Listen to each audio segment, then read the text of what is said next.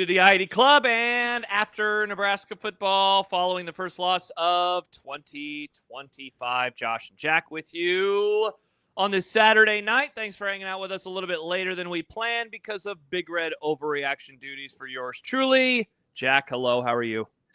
I'm all right. How was Big Red overreaction? Not too bad. Not too bad. I mean, some sad people, of course, but, it is what it is. It is what it is. We had some funny calls. Also, Matt farted. And so that ended up being cause for celebration and jokes. Lots of jokes about Matt farting. Well, there was a didn't someone tweet like a quote of his like a few days ago that basically said, "When I fart, I fart." Like, oh, did they? I don't know. That was that was. I mean, I'm sure that's a very niche conversation. I'm pretty sure I've had multiple instances of hearing Matt farting talk over the last couple of weeks. Incredible. That always lightens the mood, I guess. It did. That's what I want. I want the maybe show I should have farted. Yeah. Maybe I should have. Yeah. Maybe that's what Feel I should have free. been doing. Jack, drop the fart right now. I don't have to. I don't have to. Well, I mean, I can't fart on demand. Because the team did. I mean, it just. I don't know. Because the team did. Because the team did. No, I hear that. Hey, thanks, Theo, for the. Yeah. Look at that from Theo. Cheering me up already. Go Big Red, Theo. Thank you. We appreciate it, Theo. I don't know why you do that, but that's nice. Theo is a paid subscriber. Theo is the most. He watches on YouTube. Watches on YouTube, comments on YouTube, even though he is on Discord. I tagged him on Discord earlier. He never hops over there. He just comments on the YouTube page. I always wonder, everybody always wonders, what does Theo do? What is his job? What is his life? How does he listen to so many podcasts? Way more fascinating than our lives, for sure. Yeah, certainly. All we do is talk into microphones.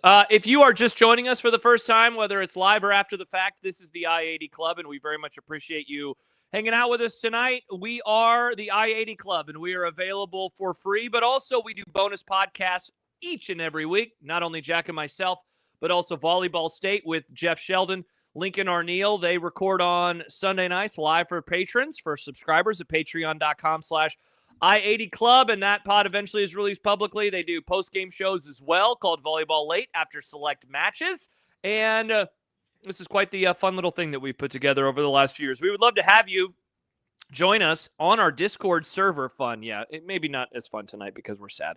But we have a Discord server, and that is where we will be reading comments throughout the evening inside of that Discord server. Though, like Theo, if you drop us a super, we will read that comment as well. But, we always say it. We would rather you just join the Patreon because that is a much better bang for your buck. And you can come hang out on our Discord server where we have many great subscribers, handsome people, beautiful people, lovely people. And some of them were a little negative going into this game, Jack, and those people were right about Nebraska football as they fall 30-27 to the Michigan Wolverines. My wife says, someone do a super chat that says, go Eagles. We would rather that not happen. I would love it. Actually, I'm more than fine with that. I'll take all the money. If the Eagles want to sponsor, you'll wear an Eagles hat. Of course I will. Yeah. If someone wants to pay me to cheer for an NFL team, I'll definitely do that. Yeah, indeed you would. D'Lo, Nebraska has never beaten a ranked opponent during the history of this club. We could have started the club 4 years earlier, and they still wouldn't have beaten a ranked. The history of this club, yeah. That's a very small portion. Of the whole thing. Yeah. Well. Keena says, I didn't hear you read corn when Theo super chatted. That's a good point. Thank you, Keena. Oh, you have to read what he says. Thank you. Corn emoji. He will do that with any emojis you super chat us. We'll do that for an hour and a half now. Yeah. Poop. Yeah. Poop. Again, what we were saying during the game. Yeah. Where do you want to go? Where do you want to start? I mean, it's a really dark place where I'm at, and in a weird way, Josh, this was so, it was a one possession game, but this was not a groin kick game. No, absolutely not. It was not having seen the innermost details of the groin kick games. Nebraska got beat by a team that was significantly better than it today, like significantly better than it today, and the score probably didn't represent. Unfortunately, probably didn't represent that. They got to their credit and to some, decent fortune. They had a bit of a chance at the end, so that's I guess something. But the dominance on running the ball and stopping the run by Michigan was the entire story of the game. Like that's it. Running the ball, stopping the run. Oh, and pass rush. Those three things. 7 sacks. Yep. They just looked they looked the part so much more than Nebraska in those 3 phases of the game. Running the ball, stopping the run, and pass rush. Yeah. And Nebraska, may have been, Nebraska kind of did what they did well, right? They got the passing game going a little bit, right? They did some of those things, but Michigan was just so much better in those phases of the game. It just, man, it hurts to say it. Like I have no excuse. I'm an excuse guy, right? I like excuses. I like there were bad calls. But man, it's tough. It is tough to watch the way that Michigan with many times 3 guys and just absolutely that was bad. Harassed Dylan Raiola and one broken tackle, and then daylight forever for the Michigan running backs, or the quarterback. It really was a reality check for where Nebraska is, at least compared to Michigan right now. And hopefully Michigan is better than we thought, because if they're not, that was bad news. Yeah, you said something. Go ahead. No, you said something there about, you're the excuses guy. You love, to leave a game and say, yeah, but if X or Y, or if the refs would have done this and this happens. I don't have Nebraska that. Has a yeah, and so here's the wild thing. So Nebraska on its first drive of the game, we know what happens. They go down the field. They go for it on 4th. They get stopped short. So, there's at least 3 points, maybe 7 that were left on the board. Of course, then the next drive, they missed the field goal. Along the lines, they also have a Hail Mary, and it doesn't even seem like that close of a game. Like, even with the 10 points that they left on the field, or That's 6 true. points, it doesn't even feel like this game where, I got to squint really hard. Like, they had it's odd, Jack, because in the end, they did have a chance. They had opportunities. Yeah, and you're right. And yet, I never will view this game as oh my gosh, what if? I mean, I guess maybe if they score a touchdown on the first drive, it's a different story, but I don't leave this game thinking that they left this super winnable moment on the table and weren't able to take it away. I guess, or if they make that field goal, right? I mean, yeah, that's not really how it works, but it's tied, right? We're still in overtime at this moment, but I don't feel that way either, just because I think they managed with, I think, a mix of, again, I'm not going to completely take away from it. It was a mix of playing to what they could do and with some good fortune, keeping it close. And the parts, to some degree, Nebraska's defense, I think we'll find some positive things to say. I'll find some positive things to say about that outside of the huge, massive, back-breaking plays, but they had their moments too tonight, and I think that kept things. Michigan didn't have a passing game. We didn't think they would. They didn't have a passing game. But I just don't have a ton to say. I don't have excuses. I don't have a but if, because it doesn't even seem like there was ever a real but if. I guess if they somehow grab that onside kick, who knows? It would have felt like they stole one if they somehow. If they, Matt said something to me, because I did Overreaction tonight, for those who don't know, with Matt McMaster, and he said something to me about that at the end of the game. He goes, man, if they somehow win this game, people are still going to be mad. And I'm like, yeah, but it's screw those people if they're mad if they're somehow able to do it. Yeah. But And by the way, you're right, Nebraska Jack. was due one of those, by the way. They've had that happen to them all kinds of times. They were trying to, I mean, I was like cheering by the end. I was like, man, you got to groin kick them, right? You've got to give them what that would have been an Nebraska's all-time experienced. Michigan loss if Nebraska somehow recovered that onside kick. Yep. Somehow. Now I will the chat very negative, and understandably so. Sure. I don't think you're going to get like a ton of argument from Jack and Yeah, on this, but I will push back at this from Huss. Are we slightly worse than last year? Seems like it to me. Like I'm not willing to go that far. Now maybe you are, Jack, but G Merle says go back and watch. How could the offense be worse? No, he said he's saying collectively the whole team is worse than I know, last year. Let me take it piece by piece. Is there any chance so much better than last year? All right, and the special teams, despite missing a field goal, are definitely better.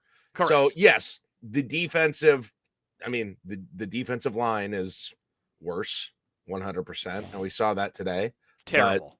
But the whole team, no. I mean, is the defense worse than the offense is better year over year? I mean, for this matchup, yes. I mean, this was a bad, I mean, Michigan was, but that's going to be a few other teams in the Big Ten too, but it was a particularly bad matchup, right? For the strengths and weaknesses, I think, of this defense. Michigan didn't need to pass it a whole lot, Josh. Like, they never got to the point where they had to pass. Were Nebraska to ever get them to that point consistently into the game, I think the defense would have looked a whole lot different, but they didn't. And so, but no, I mean, I don't think I would.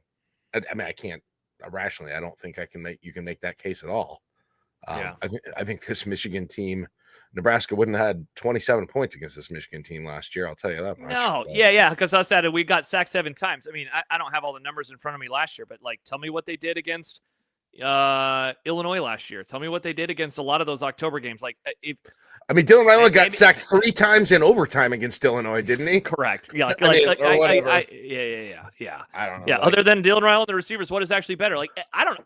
If you don't think that Emmett Johnson is better, if you don't think special teams are better. Tell me what was so good about what was good? Stop. What was good about last year? God, I don't want to freaking argue with people tonight. I came in rational, but somebody had to go like at another level higher than me. Like, yeah, they really did. Give me the good things about last year.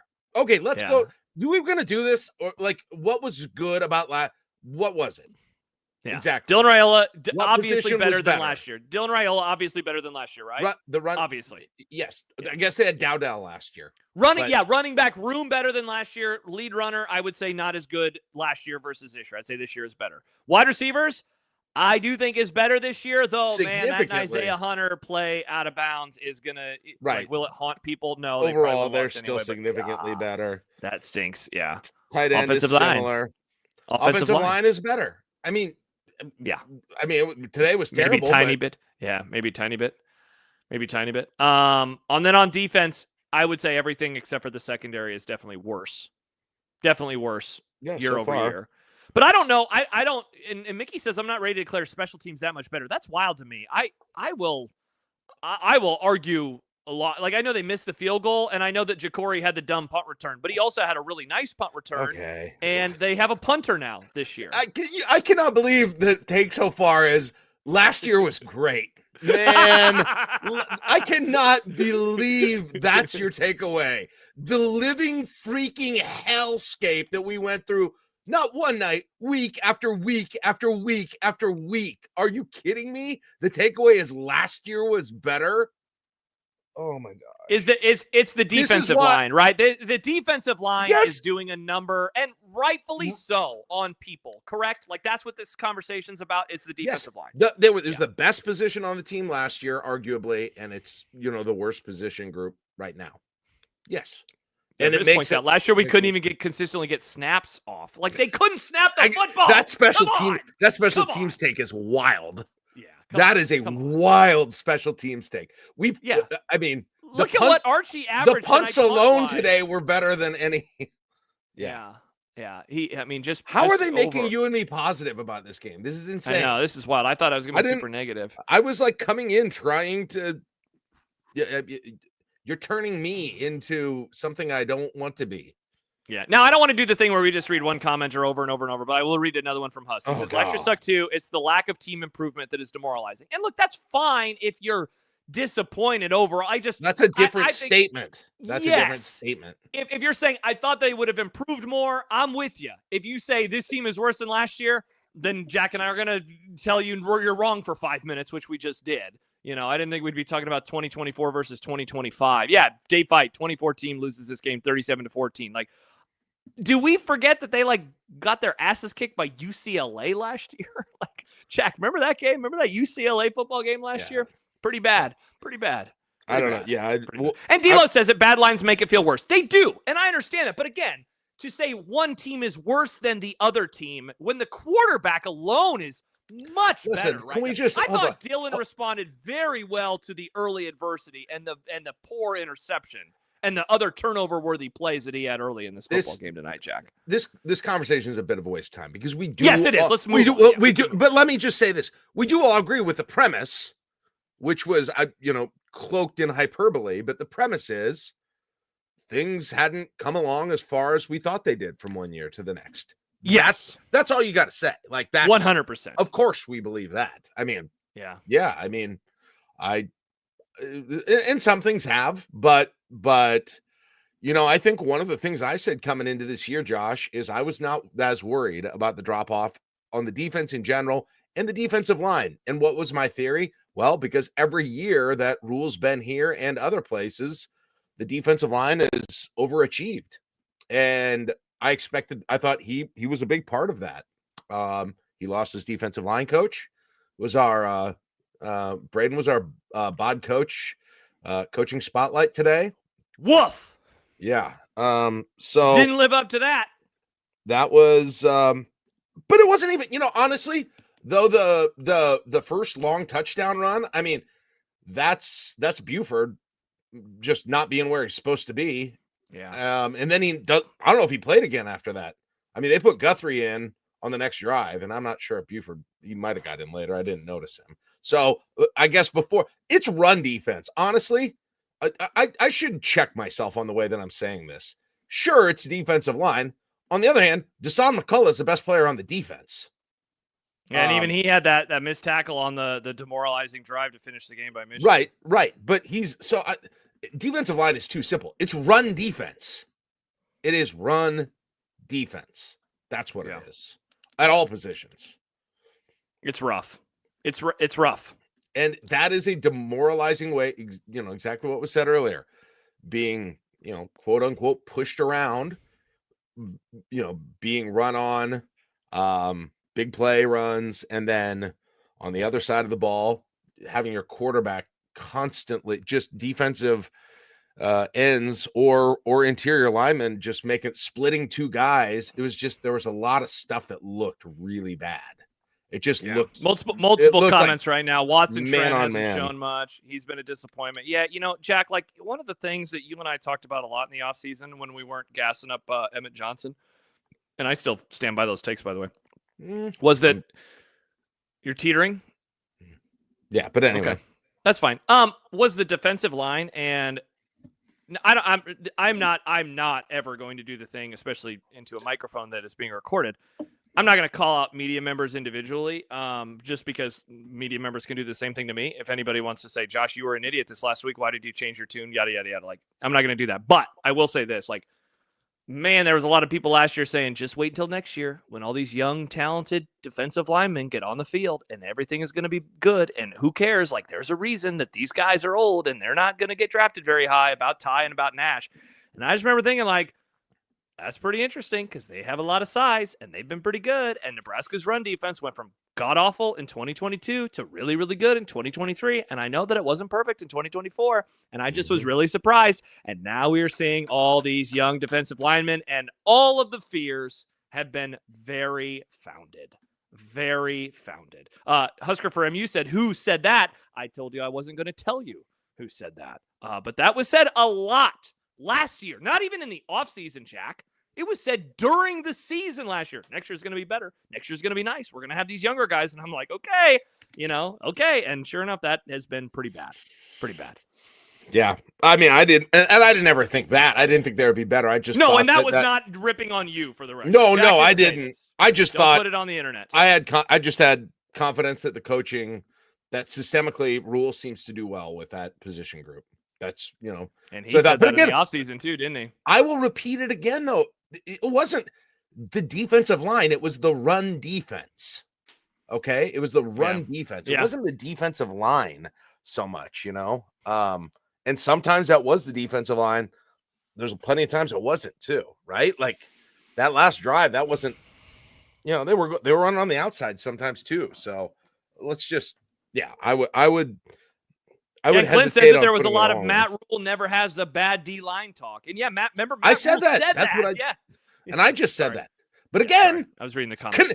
But yes, look, I'm not saying the defensive line is doing it. It's not infallible. So far I was wrong, but the defensive line is not the problem. It is the run defense.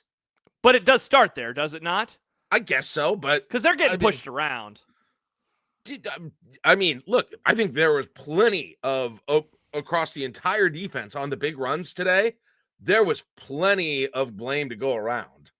I would say that. I mean, I would have the biggest play of the game probably. That was on a safety. You're talking about the long touchdown at the end of the first half? No, the Buford one. Mm-hmm. And then the quarterback one. There was nobody in the middle of the field whatsoever. Like there was no and everybody went this way. So I mean, like I'm not quite. I don't know. I don't quite get the pointing out on the. It's probably because the secondary's been really good on pass coverage, and they still pretty much were in this game, and so they've been good in one area. But the defense, there hasn't been a ton of pass rush and run defense, and so it naturally goes on the defensive line. But I think it's a more nuanced problem than the defensive line sucks. And then I mean, we've mentioned a couple times now the last drive that Michigan had. Man, Jack, they got him in third and not even third down. They got him in like third 3 times, didn't they? And third and long. Yeah, like 3 times. And it was different players each time. The first one was Sierra Wright, which I'm like a little forgiving, right? It's a defensive back. The next one was McCullough, and that one, I don't know what he was doing. He like completely just like took a weird angle. And then the other one was I'm trying to remember. I feel like it came at the bottom of the screen. And it was just like an easy. Oh, it was the 3rd and 10 draw that they ran where they picked up the first down. It's just like, oh my gosh. And that drive was just so demoralizing for Nebraska's defense to get them in 3rd and long multiple times. And for that drive, Jack, again, like it would have been quite the stolen win if Nebraska would have been able to do it. But that drive took over 8 minutes. And so it by the time they got the ball back down by 10, it was just like, well, they're going to have to score and get an onside, and you knew that the chances of that happening were darn near non-existent. Mm-hmm. Darn near non-existent. Riss says, how many third down conversions did we give up on that drive? I think the number is 3. I think it's 3. I don't have the play-by-play chart in front of me, but I'm pretty sure it was 3. Yeah.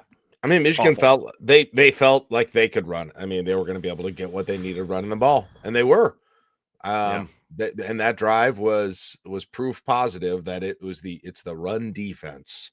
Against Michigan, that was a problem, and they've got a couple of guys who can run the ball who are home run threats. Josh, that helps too. They have 3 guys, frankly, that are home run threats when they have running the ball, and Nebraska just doesn't have that unless they somehow can get the ball to Barney, but he gets so many people around him, right? It's just they can never get him the ball in space enough. So, I realized I was confident in this game. I was confident about this game because I thought they had kind of exercised the demons mentally to some degree. I believe that those were a huge reason why they continued to lose games that they shouldn't, was they weren't in the right, whatever it is, whether that's about coaching or headspace or however you want to describe it. And, they may still be okay on that, but they were just physically not as good as Michigan. Like part of the problem was they were losing in previous Matt Rule years. Yeah, sure. They got blown out by Indiana. I wasn't close, but like the games they lost the last year 1 and year 2 of Rule, I came away feeling like, oh, Nebraska was probably better than that team. right? Nebraska was better than UCLA last year, right? Nebraska was better 2 years ago than Maryland, right? Wisconsin 2 years ago. I mean, Iowa both times. Iowa both times, 100%. So you didn't Like, feel that way today? no, not whatsoever. How many rule losses? Hat tip to you, Michigan. How many rule losses so far? There's only a few rule losses before this where you're like, okay, the other team's obviously like they're just Nebraska did not lose it just by, they didn't get outplayed. I don't know what I'm not finding the right words, but you know what I mean? Like how many games? So Indiana last year, obviously, yes. Where you're like, oh, okay, well, Nebraska was never going to win that game, basically. Should have been Ohio State last year, but Nebraska, whatever, almost did that one. Then the year before, I mean, I don't think there was another one last year, right? Where you went away and like that team's going to beat Nebraska 9 out of 10 times. But that's how I feel today. Yeah, for sure. And so that what's interesting. But I just haven't felt like that before. I felt in 85% of rules lost. Yeah, 2023 Michigan. That's a good call, G. Shramiel. Like you play Michigan. Oh yeah, of course they're the national champs. They're going to kick the shit. I was just trying to think which other ones there were. There aren't many though. Like this is a different type of loss. Yeah. What's interesting about it, and I don't think you and I want to do too much looking ahead tonight, though. I guess maybe we do. We did the pod on Wednesday, which is available right now for subscribers, patreon.com/I80 Club. And we talked about what if they lose? We did the what if they win, but what if they lose? And you oddly came away like more optimistic from that game than from I don't know than if they win. But like Jack, like the And I know you. So, like, what did we learn today? We learned Nebraska's not ready to play a team like Michigan, right? Like, they are not on the level of Michigan. Even though Michigan is a step below what they have been, they are still at a kind of a different stratosphere than Nebraska, and especially matchup wise. 100%. Like that blows. Like, I'm not going to tell if that makes you angry. More power to you. I agree with you wholeheartedly there, but. This year, and I hope that this is not coming across as revisionist history. This year was way more going to be about the October games against equals, against Michigan State, against Maryland, who had a very nice win against Wisconsin today, against Minnesota, obviously, and against Northwestern. Like this year, in my opinion, was always going to be built off of what Nebraska does next month against teams that are in whatever the middle class is, right? That Nebraska hopes to be like the middle class. I think in the Big Ten is quite large. Nebraska wants to be near the top of the middle class. They were near the bottom of it last year. Can they get to the top? Today doesn't change any of that for me. It's just disappointing because, as D'Lo points out, true freshman quarterback and no head coach. And a head coach, by the way, in Poggi, who like, Jack, if Nebraska would have won, we would have been talking about what was he doing with the clock management at the end of the first half. Like there would have been moments to point to and say, wow, thank God they didn't have their head coach. And so it honestly, it makes it all the more frustrating that you lost to them, Yeah. It really does. Yeah. Cubs for Yard Geek says Nebraska soft, any physical team will beat them. I don't know what a physical team, I don't know how you define. Oh no, you hate that word. Well, I mean, like, I just don't know. Is Michigan State physical? How do we define that? What does that mean? I don't know what. Michigan has good defense. First of all, they've got their defense is just. There was good. A lot about. There's just some really good players on that defense. Good. That number one was insane. Yeah, he was flying all over the place. I mean, they could not find a tackle to block him. It was tough. It was really tough.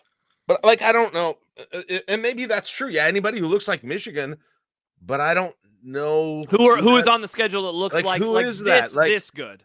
Yeah, and I don't know. Of course, Penn State's going to Penn State. We've never thought that Nebraska wasn't that wasn't a Hail Mary.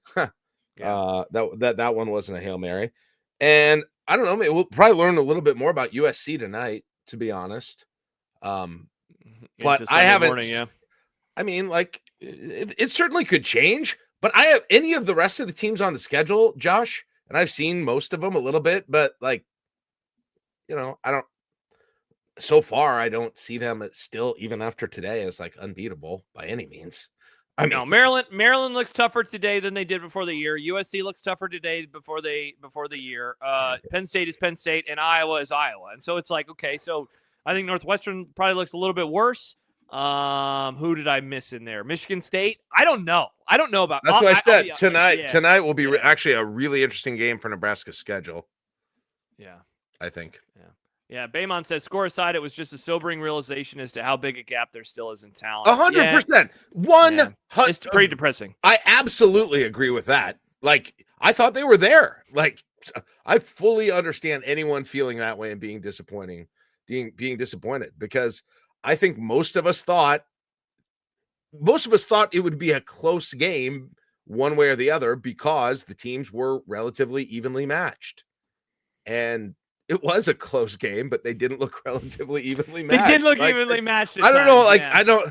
It's just, I don't know what to tell you. They did not look evenly matched at all. It was tough. In the places where Nebraska was better, they didn't, they did. Like, here, let me throw something at you, Michigan couldn't pass a lot, but I mean, how much of a difference did that make? I was just going to say, do you think Dylan Raiola was a better quarterback today than Bryce Underwood? Because I do. But I also think that Bryce Underwood was very much helped by an offensive line that gave him lots of time. I mean, lots of time. It helped he's obviously because, more mobile. Well, and that's what if that's Nebraska's weakness, a mobile quarterback is bad news. Yeah, and if Nebraska's weakness is they can't protect Dylan Raiola, well, guess what? He's not going to get faster tomorrow. Right. Like this is who he is. So like I thought Nebraska was better than them in that situation. I thought the punter was better.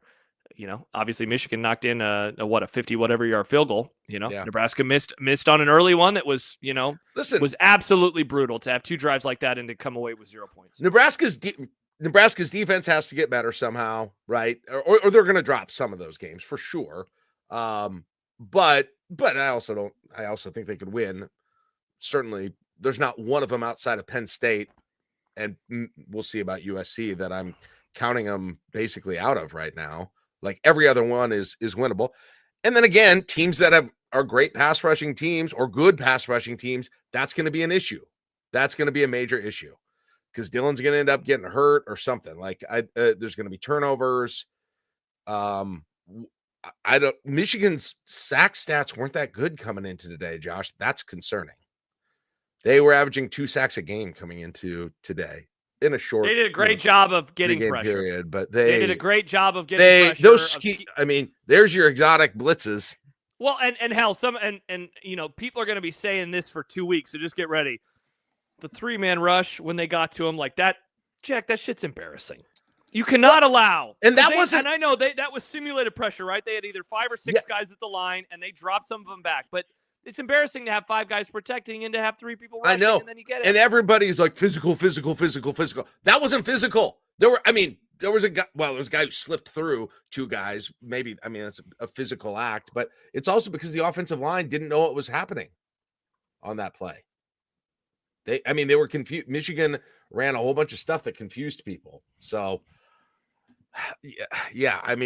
that's concerning. And we were concerned about that coming into the game too, right? Because of Cincinnati. And we tried to. The only thing we could do was take everything out of Cincinnati that was a concern. And by the way, Josh, it kind of matches up now that you think of it, right? You didn't have. What were the concerns at Cincinnati? Right, giving up long chunk runs. Yep. Lots of open space. Maybe not great tackling, and then you're giving up pressure. On offense, you're giving up quarterback pressure. Those are the concerns.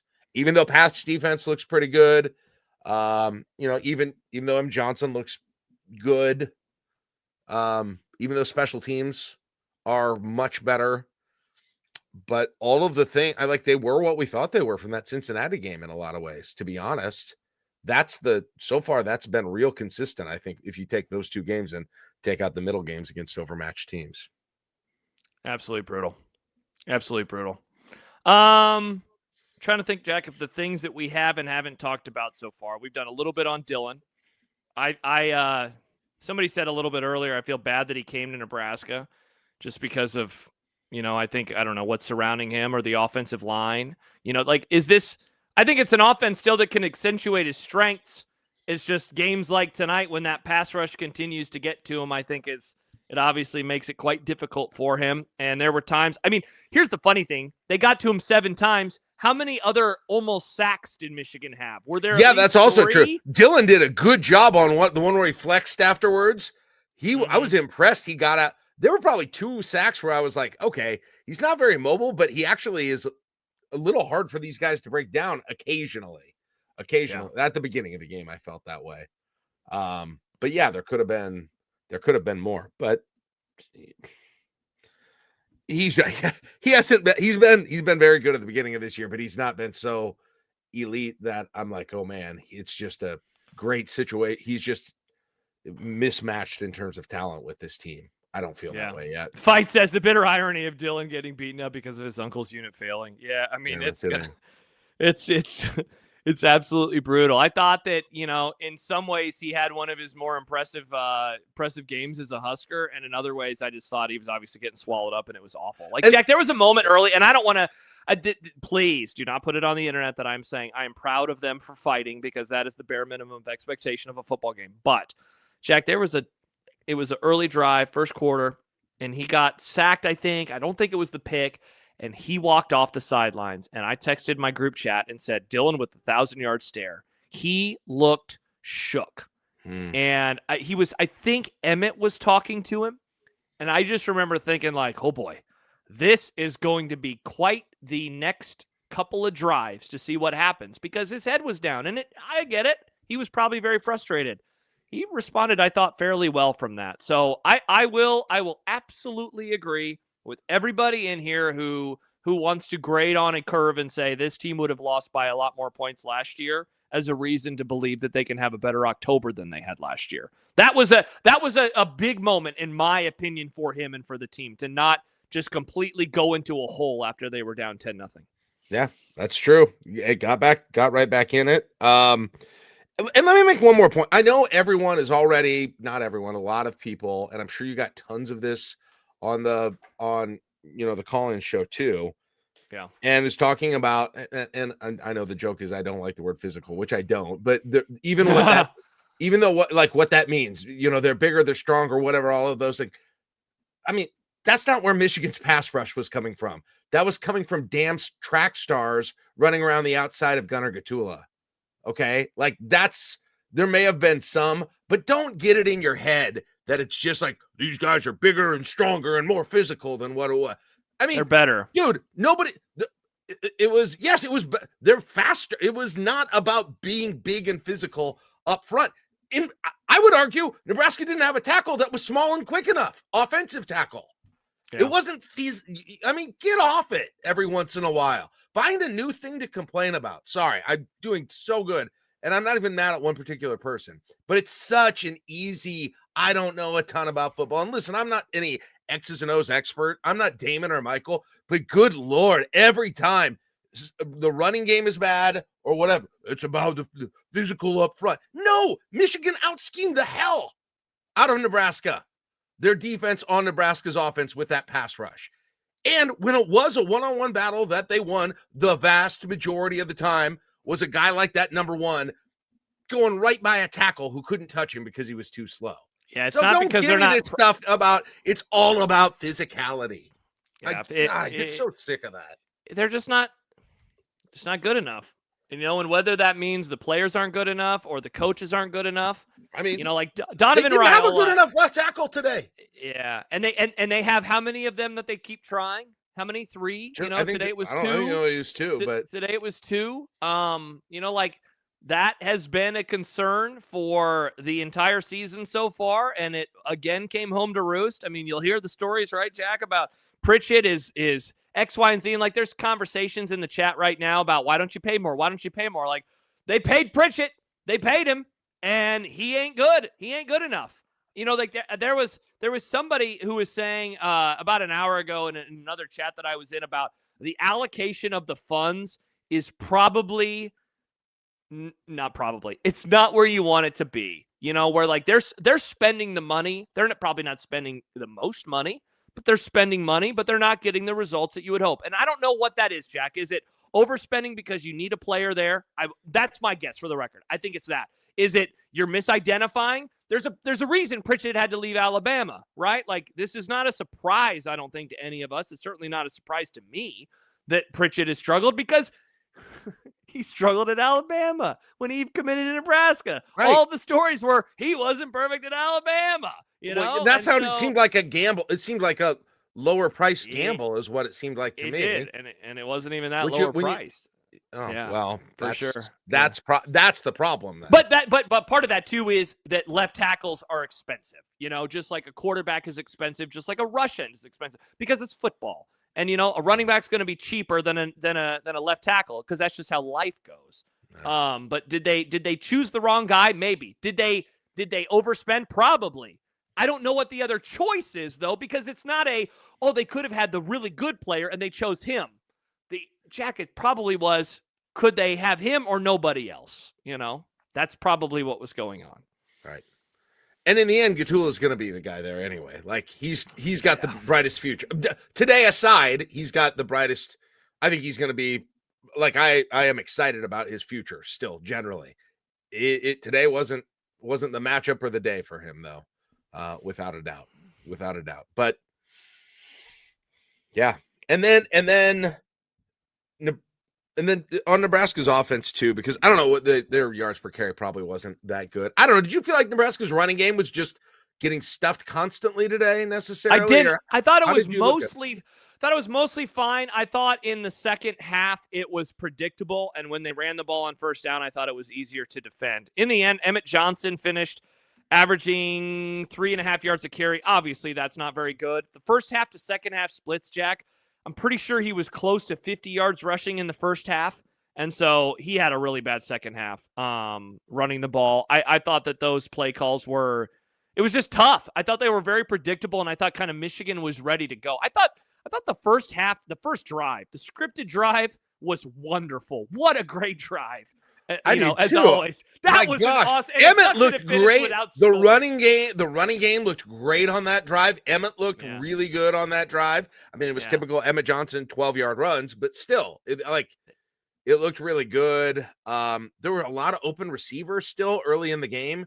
When Dylan was able to get away from pressure, there were a lot of open receivers. It seemed like during that he hit mostly.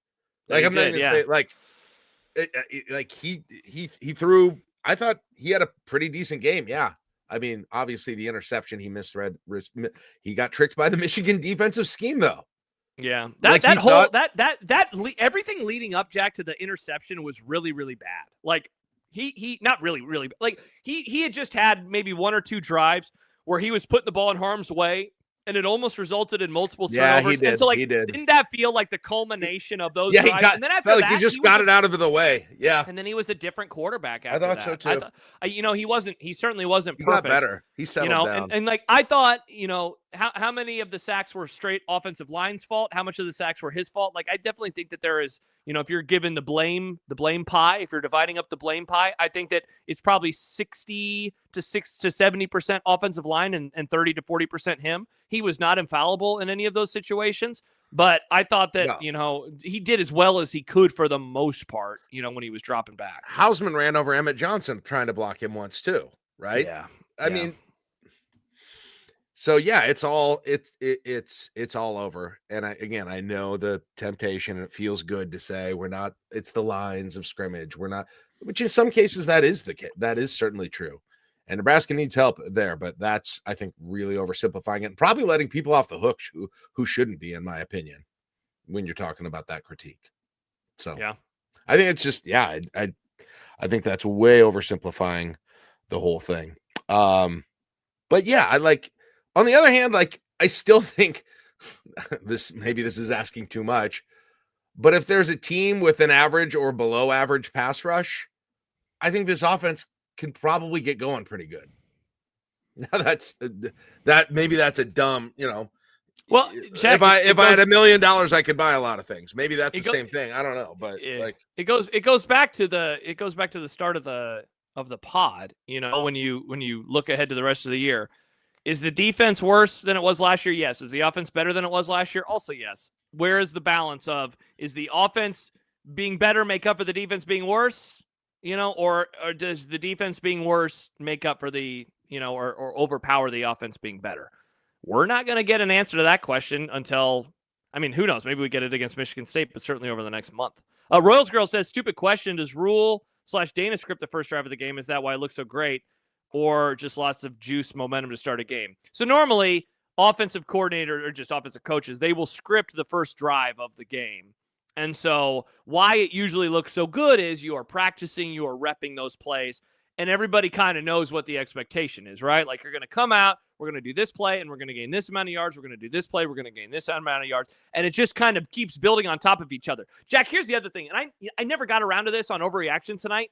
I would love to go back and look at drives where Nebraska got a first down versus ones where they didn't. And like, this is such an obvious statement. Drives where they didn't get a first down, they didn't score points. Yeah, no shit.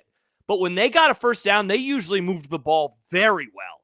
Like, one first down led to a lot of first downs. Interesting. And and again, maybe I'm wrong here, but it seemed very boom or bust. Very boom or bust, whereas they were able to move the football or not move the football at all. Yeah. I think that, and they got streaky, like, once they got going. Exactly what you said about the beginning, right? Building and building and building and building. It feels like they get in a rhythm. Yeah, but it's almost like something Michigan didn't start mixing it up until after the first drive or two defensively, or doing whatever it was. It was giving the pass blocking and some of the reads some problems. So the biggest real quick, G-Shram, the only punts were 3 and outs. How about that? Okay, that is interesting, man. What would the reason for that be? That's really interesting. Part of it is that they get back. I don't know how far back they were in their own. They didn't ever get real far back in their own territory, did they? That can usually be a problem. Who? Well, Nebraska. You're talking about Nebraska's drive. They had the Ja'Cory Barney. They had the bad Ja'Cory Barney punt return. Oh yeah, they were back there. Was that a 3 and out after that? Yeah, it was. I believe it was. Yeah, because that was the worst drive. 2 of Archie's punts were out of the end zone. So, yes, that was the worst drive of the season. That one, like, I don't think they've had as bad a starting field position as they had on that drive all year. That was terrible. Yeah. I don't know. Where do we go? Where do we go from here? Like, I think it so much depends on how good Michigan really is to some degree, Yeah. They appear to be significantly better than I thought they were. So there's that, but we'll see if that's actually true in the next several games. You'd rather that than the alternative, which is that Nebraska is way worse than you thought that they were. Yeah, Michigan was made to look portions of Michigan were made to look very, very good today, I thought. Like, I was impressed with them.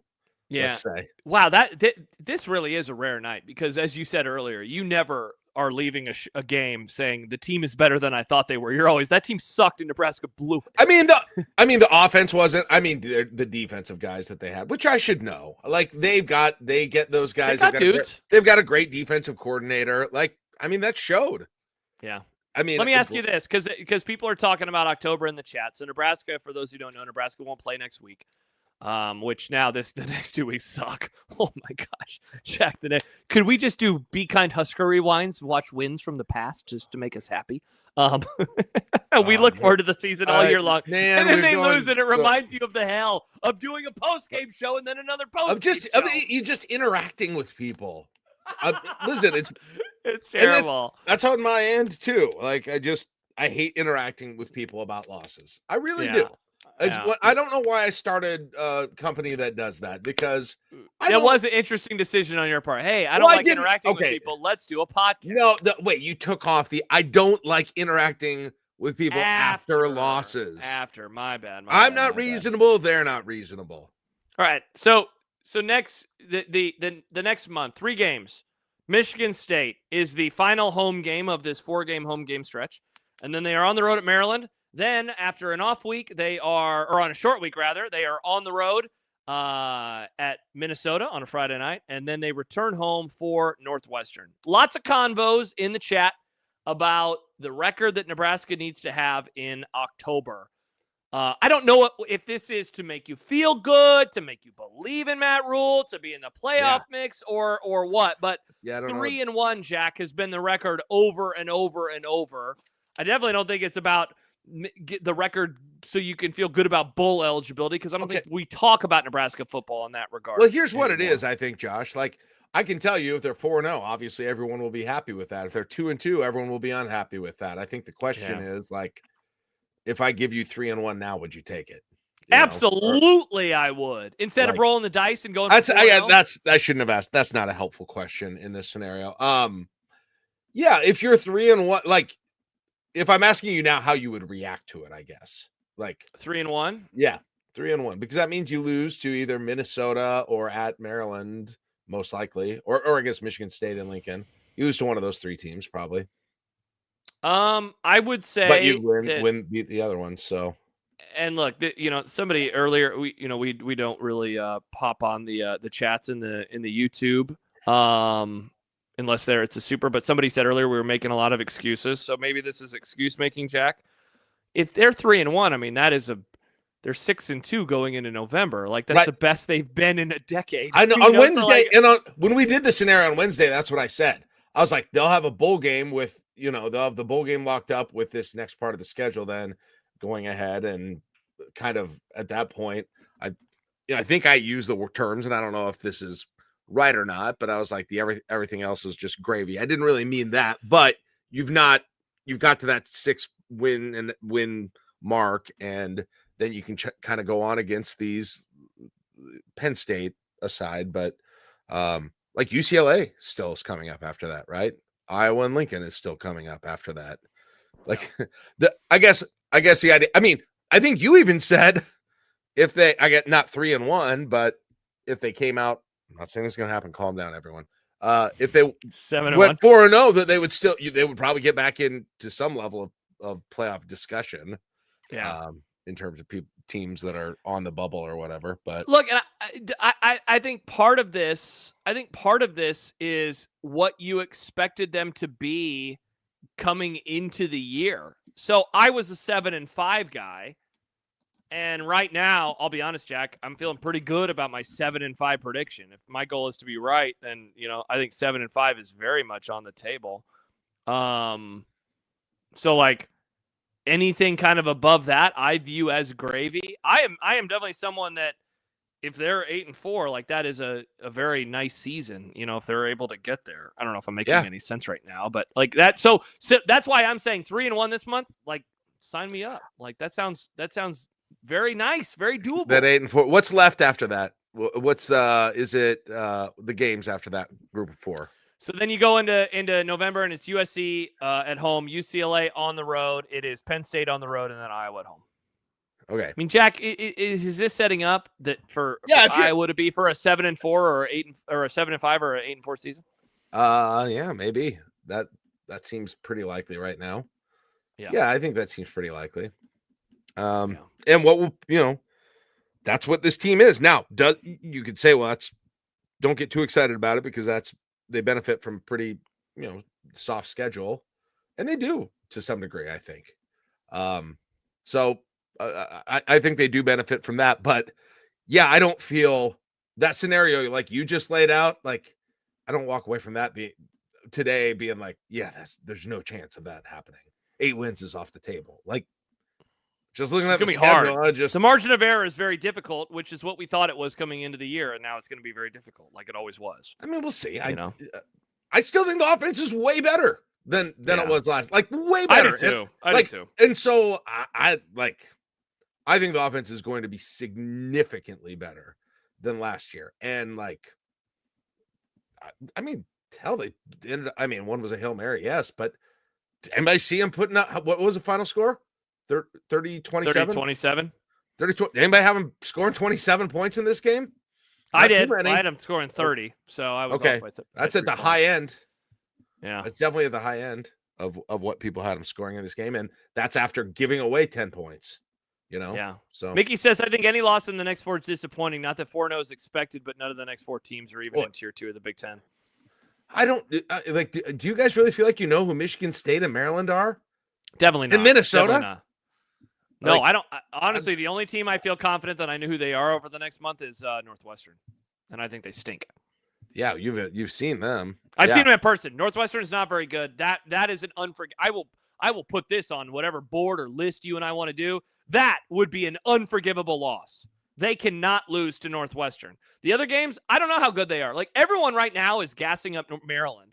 And, like, Jack, you and I have plenty of time. That game is in 3 weeks, so we can talk about Maryland more when we get close. But I would say this, everybody. Like, let's pump the brakes on Maryland being, like, a dangerous team. They just kicked the shit out of Wisconsin.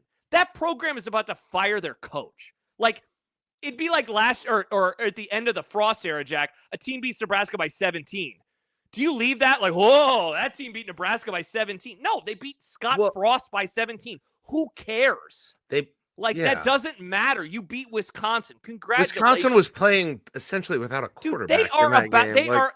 That program is going to look in every nook and cranny to fire Luke Fickell. And like this is not also for me to say Nebraska can't lose that game. They can. I just like.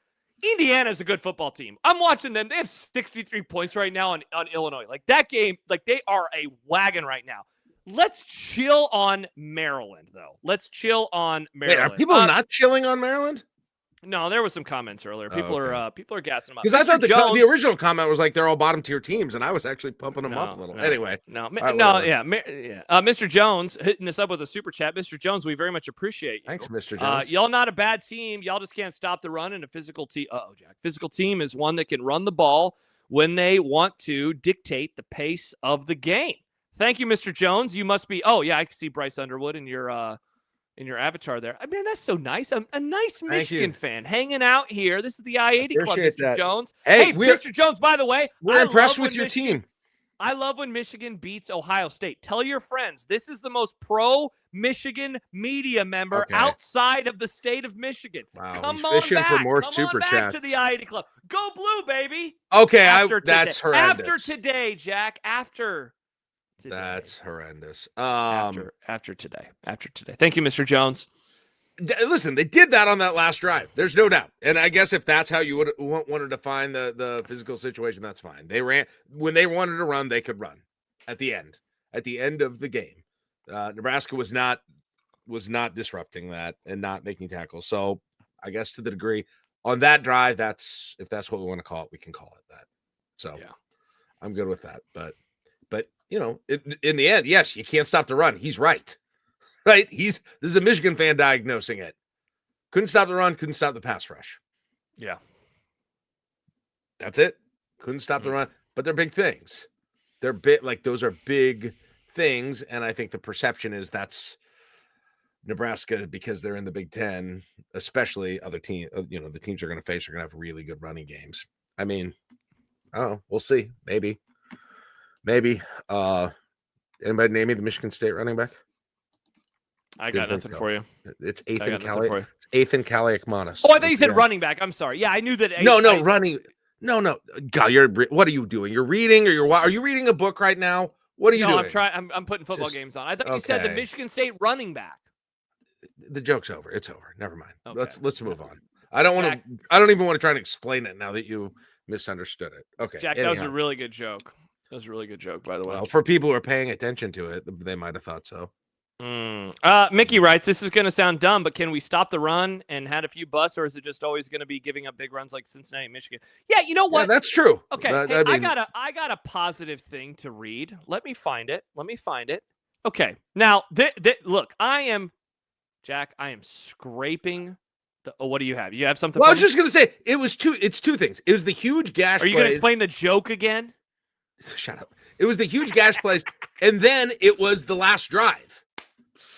It wasn't. I mean, that last drive sucked. It was the huge gash, but those are the problems of the run. Through 90% of the game, it was really just the massive, long touchdown runs. Yeah. But that last drive kind of felt different than what the problem was earlier, to be honest. By the way, Clint and Bruce liked the joke. So you got two people. Matt drops a Jeb Bush reference. Stick to sports, but that's pretty funny. All right, I'm going to read a tweet. Now, Jack, Right.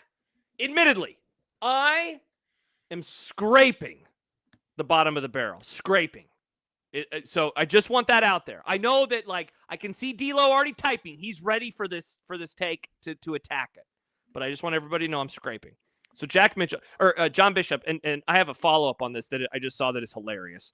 So John wrote at 6:12, 4 hours ago, remove the 3 long touchdowns, and Michigan had 225 yards of offense on 53 plays, 4.24 yards per play. Now, somebody responded, bruh, Husker fans in shambles, remove the plays where they got burned and we win the game mentality. And then John's response killed me. I am not in shambles. What a great response, John. Shout out to John. I am not. Don't put it on the internet that I am in shambles. Yeah. Suck it, people who talk back on Twitter in a way that... Of all the people that would be or would not be in shambles, John is so low on the list of shambles every single week. Like, Jack, you are near the top of the shambles list, right? Like, John is well, it depends how you define shambles. I mean, if it means angry and coming back with a bazooka, fair. I don't know if that would call that shambles. Yeah, I would say you and I were in shambles a little earlier when Huss said that this year's team is worse than last year's. We were in shambles about that. I don't know. Shambles feels like, I would say I'm easily provoked. That's true. Yeah, you are definitely. I don't know if that's triggered. Shambles though. No, that's just easily easily triggered. Too easily triggered. So to go back to go into the show, not getting triggered. I came in with a reasonable negative take, which is what I heard you're supposed to do in post-game shows.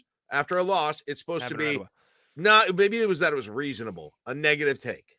I brought it up right like I was supposed to at the beginning. It's what the script said.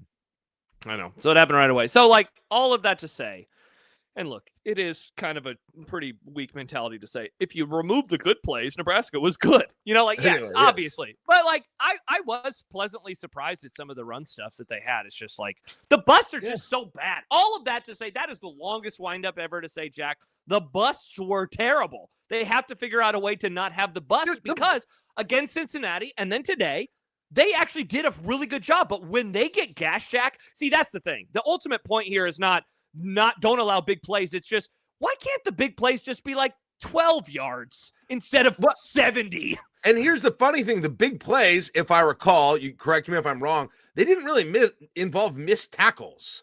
Like, didn't wrap up type tackles. Excellent point. They were like, it was just like room. It was just like, and it wasn't the second level. I don't know if Underwood he was barely touched and hit. I'm watching it's up right now on the highlight. I mean, there was he barely, I don't think he was touched on that play, hardly. And then on the first, same on the first long touchdown. I mean, same thing. That 70-yard touchdown. Both of the first 2 touchdowns for Michigan were awful. As Krev points out, they didn't even touch him. Yeah. Clint, dudes just weren't there. Like, that's the thing. How do you not do that? It's one thing. The last drive, demoralizing. We brought it up 400 times tonight. That drive sucked.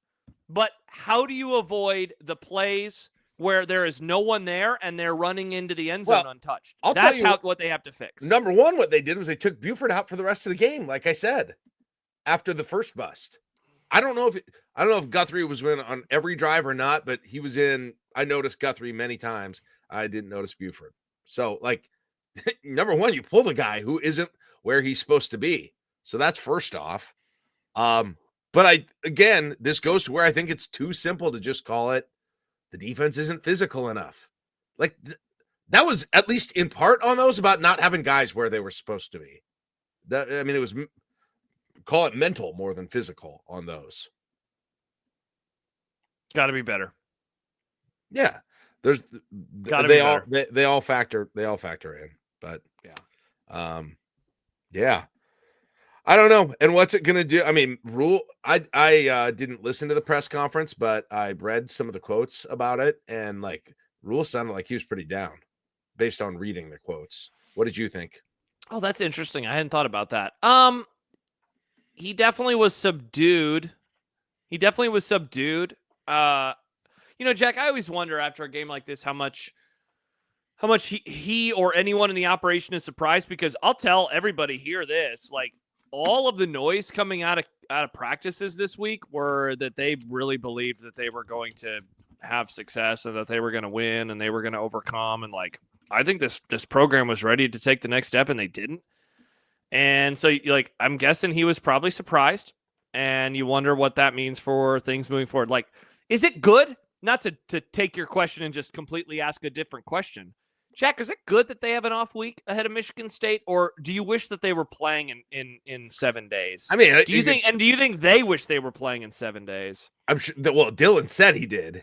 He was very clear about that. They wish that he wishes. What did he say? Okay. He said, somebody's like, "What are you?" Somebody asked him, I think, basically that question, and he was like, "No, it sucks. We have to eat it for another week." Basically, but I don't think it's a bad thing. Like, again, I think the defense. I think both sides didn't react well to what Michigan did at times. Like, didn't strategically react to what Michigan did a few times. I think Michigan had the offensive line confused. Like I said before, I think you had guys on the defense not where they were supposed to be during the game. Like, that's stuff that you got to work on and fix during the week. You weren't ready for what they were doing. Whether that was that they weren't coaching or they weren't able to do it, but they didn't look ready for some of the stuff Michigan did, to be honest. Yeah. And it made Michigan look really good. Dilo says, can you fix run defense in season? It's going to be hard. All right. There's no free agency inside of a season. It's not like the NFL. But again, to your original point, Josh, it was, yes, the huge runs were huge and they were gutting, but like those were like breaks most of the time. Somebody was doing something wrong on at least two of those, was not executing their assignment correctly. So, like, and as you pointed out, the rest, it wasn't just like chunk after chunk after chunk all day. It was, like I said, it was like runs. 3 big plays. It was the long runs and then the final drive, and that's its own thing, which definitely was that. Yeah, but it wasn't that. The final drive was not what all day was. Yeah, like, is the tenor of our discussion tonight or different if there isn't that final drive? Absolutely. Like, I think so. If Michigan gets a first down and then punts, and then Nebraska just can't move the ball, and then they punt or they don't get a first down, like, that drive is very much doing kind of a number on all of us. And rightfully so, right? They gave up the big plays, and then finally they gave up a lot of first downs. It was. Now, why did that happen in a way that even looked worse by far, I thought, than anything that happened during the rest of the game? When Nebraska knew they were going to run, right, and was expecting it. I don't know exactly, but yeah, I think that's always the most brutal way to lose. And unfortunately, as Josh and I have told you in a new podcast out called The Groin Kick Chronicles, I'm remembering the one Northwestern game, right, where they went all the way down the field. We had this in a couple of the Groin Kick games where a team sealed the game essentially by just going run after run after run after run after run all the way down the field very late in the game. Demoralizing. Yeah. It's one of the most whatever year that Northwestern game was. Actually, I think that was against Bo, maybe. But yeah, that was 2011. Okay, it was 2011. But there was another one in the Chronicles I know that we talked about too, where that same thing. You're probably talking about 2015 Wisconsin? when they're Wisconsin just in 2017. Wisconsin just ran, and then the game was over. Yeah. King. So I don't know. Like, I don't. It doesn't. I'm not sure. It's just the problems aren't as simple as I think. I think we probably want to make them in terms of what showed up today. And I don't. But the story obviously is. I mean, Michigan's defense, especially with the pass rush. I mean, they put on film what teams are going to. In Cincinnati too.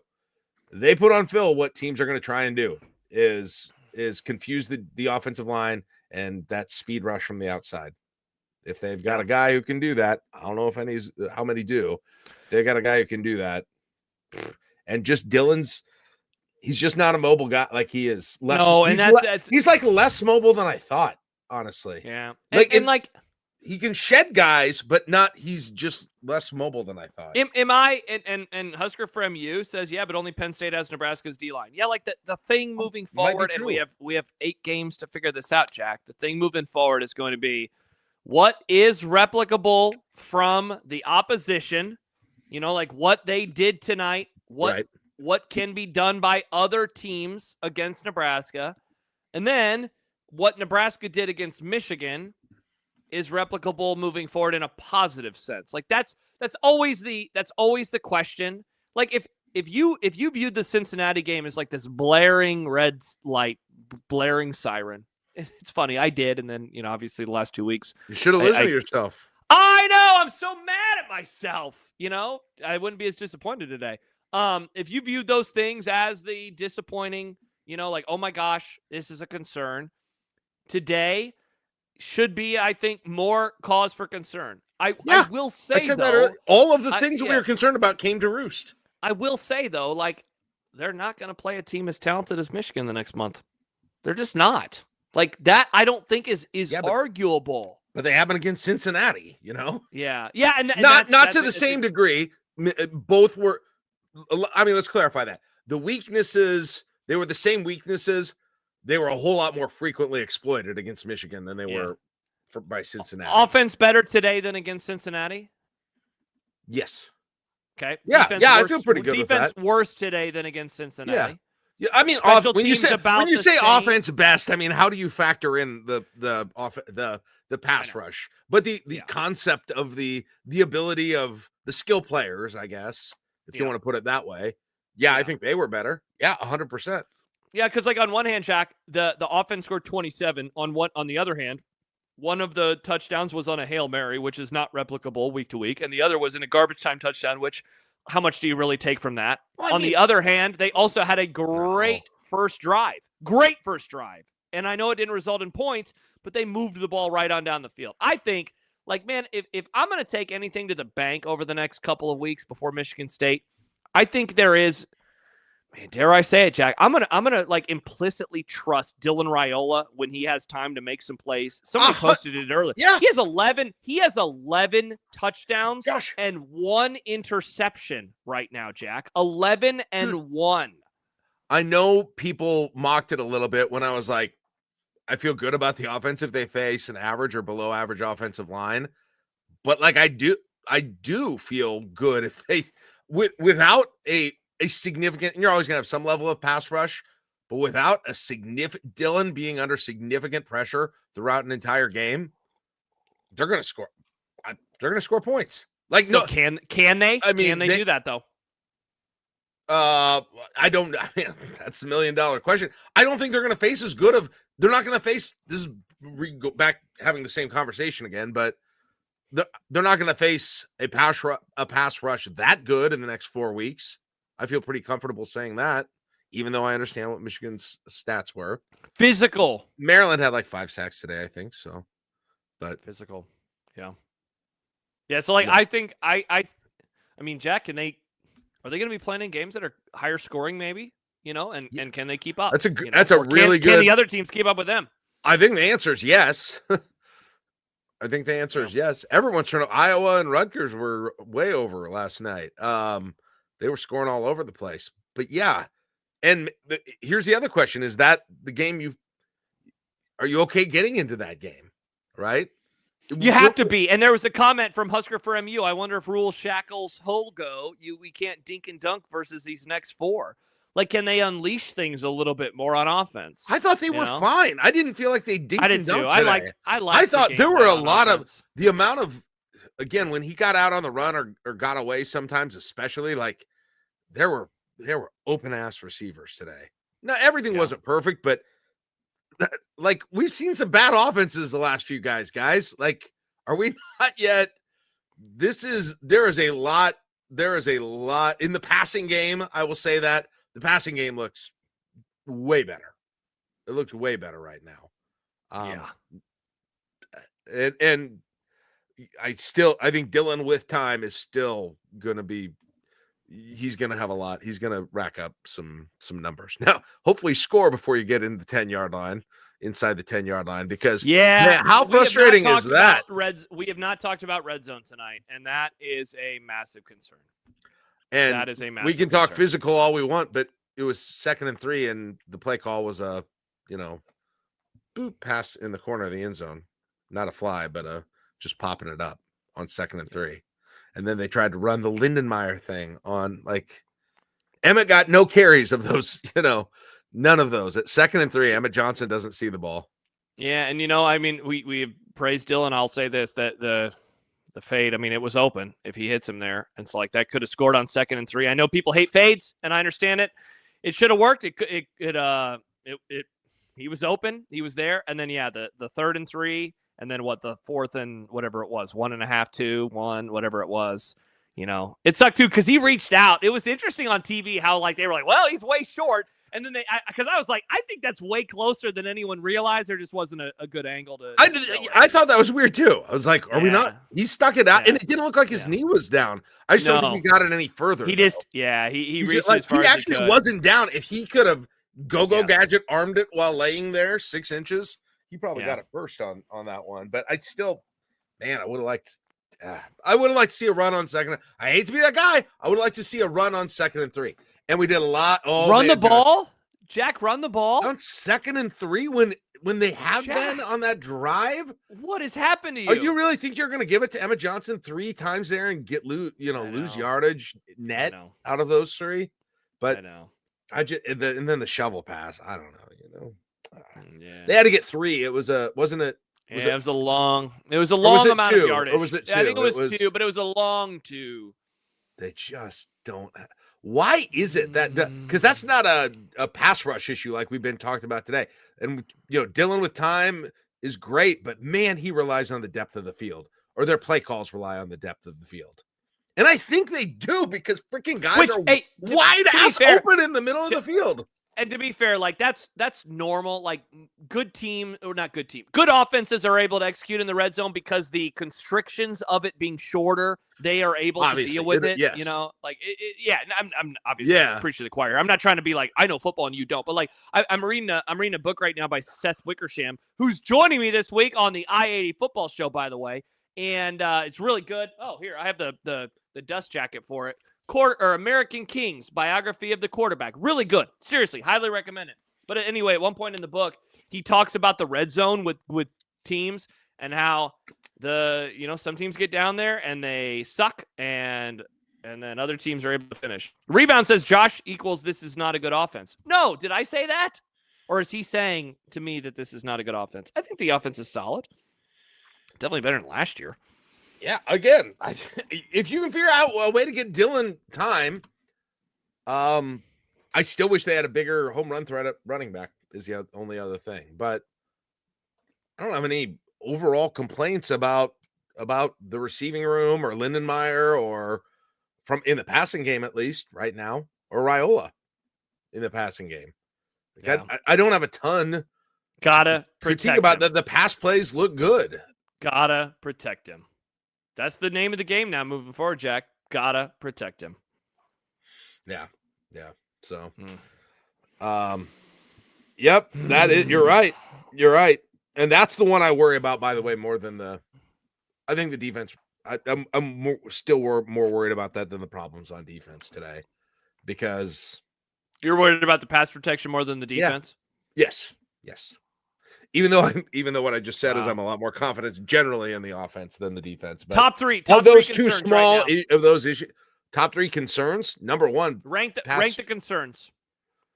1, pass protection. 2, run defense. 1 pass protection, 2 run defense.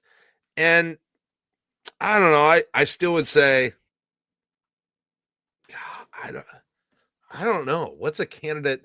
I went back and forth on a couple of things because there's a part of me that does still wish that you had just something that was someone at that running back position. They figured out how to hand someone the ball that was more than very solid, had a more boom bust potential than Emmett Johnson does. Maybe. Yeah. I think that because that's what I saw.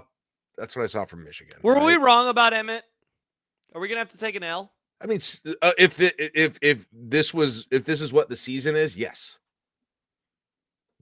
I think right now he has 326 yards, and that sucks. No, he doesn't. That's okay. That's not. He has 391 yards, Jack. I was looking at it. Only had last week's numbers. He's good. He is good and solid. Yeah, Matt says EJ doesn't have it. Yes, he The is novel good by and Stephen King. he is good and solid. And yeah, and it's good. Listen, there's been years where they haven't had that, to be honest. So where they haven't had good and consistent and solid and doesn't fumble. Knock on wood. I know he did. Oh God. He did fumbles against Michigan State. There was a comment. I'll read this, and for fear of pissing anybody off, though I don't think this person is watching us this week, but Royals Girl says, surprised Jack hasn't fully joined us on the wanting a running quarterback after we've seen from Big Red Over or Be Kind Husker Rewind rewatches how much he loves them, both present and past. Twitter Jack. We have not mentioned the name, and I shout out to all of us for mentioning the name of TJ Lateef. You get any calls that were asking for that? The Teethies are out there, Jack, as we have now resorted to calling them. I made a graphic for it. I'll post it in the Discord server. But the Teethies are most certainly out there. They exist. I don't.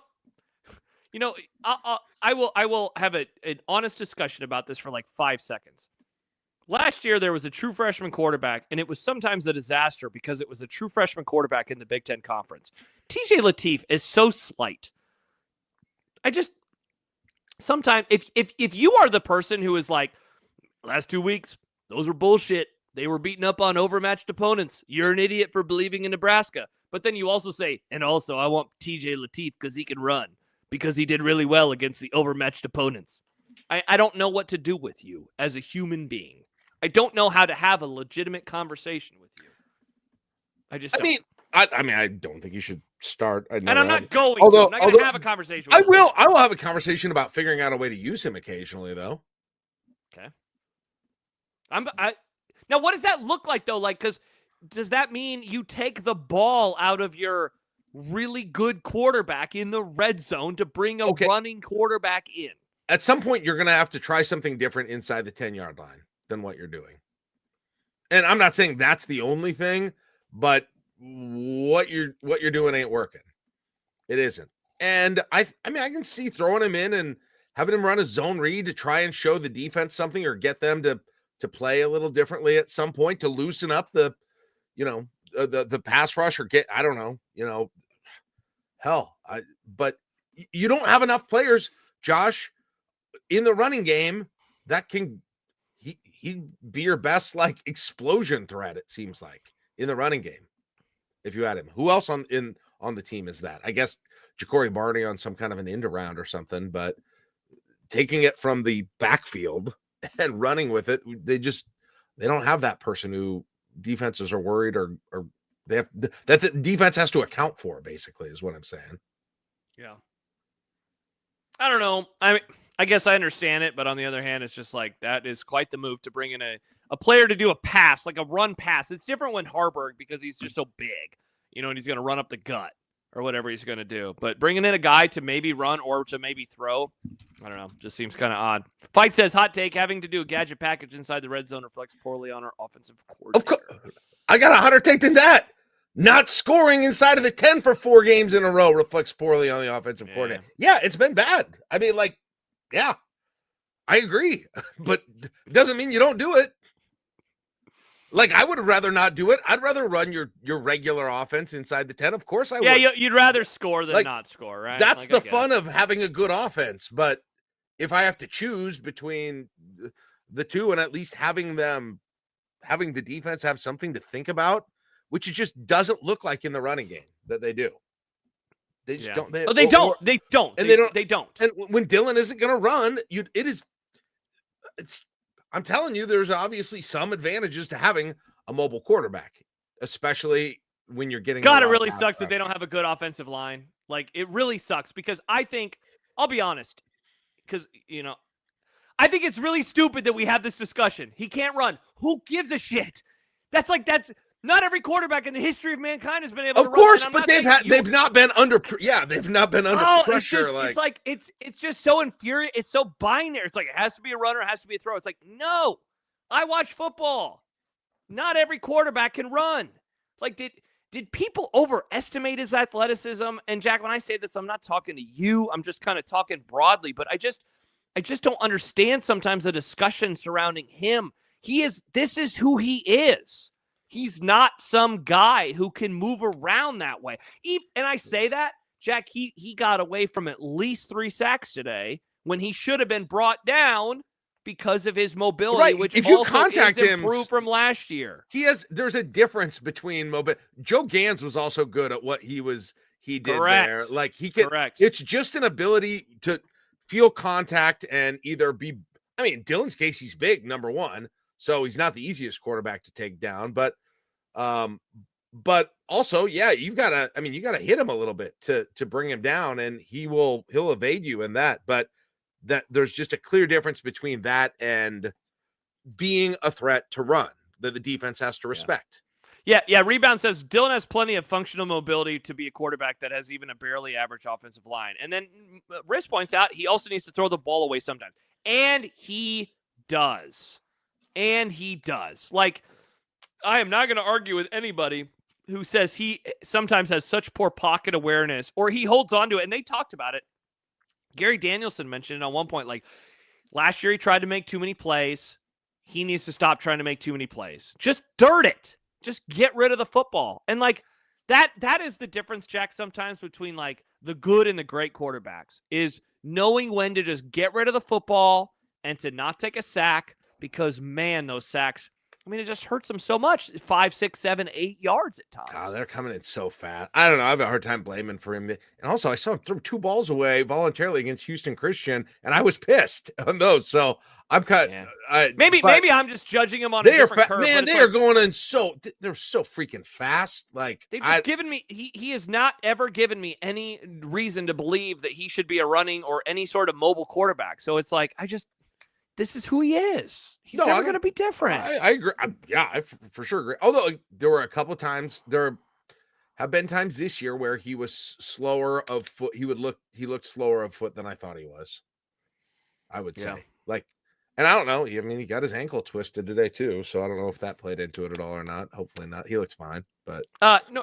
As we say, normally we don't read stuff on YouTube unless it's a super. I do want to put this up because Patrick has been talking a little shit tonight. He says, for someone who obsesses over football 365, Josh's lack of ball knowledge is concerning. At least Jack has become self-aware. Patrick, you're the one who's been watching us for 90 minutes. So, like, if my ball knowledge is bad, what does it say about you for spending a Saturday night with me? I don't know. Seems kind of odd. Dang, Josh. We're doing like a little role reversal here. What are we doing? What's it? If I think somebody has bad opinions, you know what I would do on a Saturday night, Jack, at 10:30? I would definitely watch them and comment over and over on YouTube. At least I become self-aware that I'm so dumb. My God. Hey, Patrick, I got something for you. All right, let's go. All right. That is after Nebraska football, as Nebraska, Jack, loses their first football game of the 2025 season. We do this post-game show. We usually do this post-game show on Saturday nights after Nebraska games. This is the first time we've actually had a chance to do one of them at a normal time, at a normal hour. And next time, Jack, we will also do it as a normal time at a normal hour. Many people in the comment section on our Discord server reminding Patrick, we would love to have you as a subscriber at patreon.com/I80club. Just $5 a month, $8 a month, Patrick, and you can come in and talk noise to Jack and I on a daily basis. Very, very fun, very cool, very normal. Coming up, Jack, over the next few days, Matt McMaster and yours truly are back again tomorrow. I'm talking in 11 hours about the National Football League on Before the Witching Hour. Have fun. Yeah, it'll be fun. The Cowboys are playing the Bears tomorrow. I really do look forward to the NFL just a little bit more.